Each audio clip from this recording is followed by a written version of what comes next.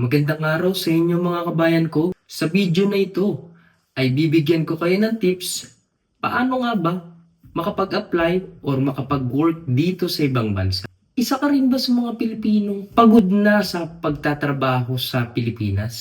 Yung tipong pagod ka nang pumasok ng Lunes hanggang Sabado, tapos alam mo naman natin yung trabahong 8 to 5, mainit, tapos traffic pa, tapos grabe pa yung mga pinapagawa sa atin.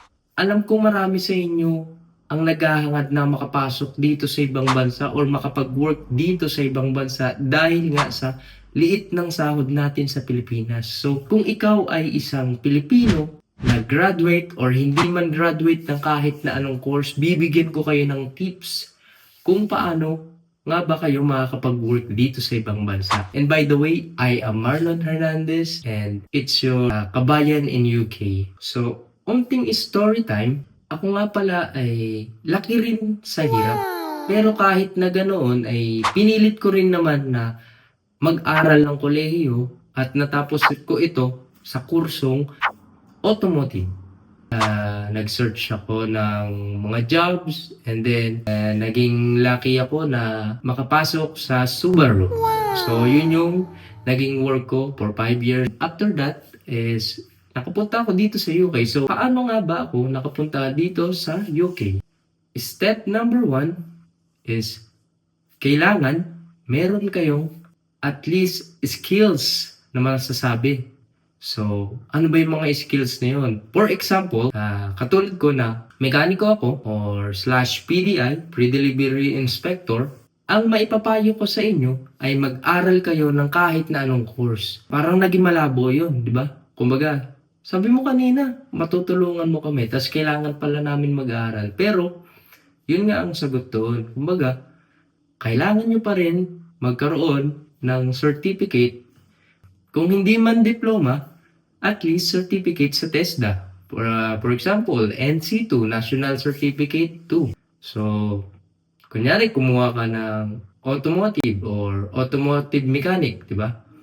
Or at least welders. Ayan, pwede yan. Pwede yung mga ganyang kurso na kukunin sa TESDA. Tatapusin mo lang naman yan for at least 6 months. Ang alam ko, 6 months lang. And then makakakuha ka na ng certificate. Step 2, after mo makakuha ng certificate, i-apply mo ngayon yung skills na yun. Kung ako yun, ang gagawin ko, kung ako man ay may certificate na ng pagiging mekaniko, ang gagawin ko ay mag-a-apply ako sa mga kasa or kahit nga talyer eh. Pero, mas maganda kasi yung kasa kasi mas formal. Kumaga, for example, kasa ng Toyota, Mitsubishi, Honda, and Subaru. Kung papalarin kayo makapasok doon, dapat mag-work kayo doon ng at least 3 to 5 years para magkaroon kayo ng tinatawag na isa sa pinaka-importanting requirements na kanilang nire-require is yung experience nga. So, meron kang 5 years experience and certificate and then pwede ka nang humanap ng pangatlo. Step 3 is agency. So, humanap ka ng legitimate na agency. So, sa akin, nakahanap ako ng agency sa Makati. And then, yung agency na iyon, ang tumulong sa akin or nag-post sila ng mga job hiring or ng applicants para sa gantong work. And then, nag-email ako.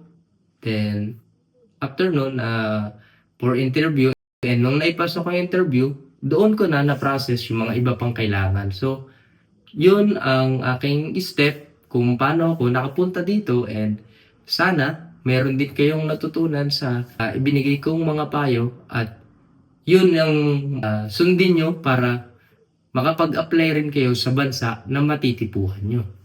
So, yun lang guys. Sana marami kayong natutunan. Paalam!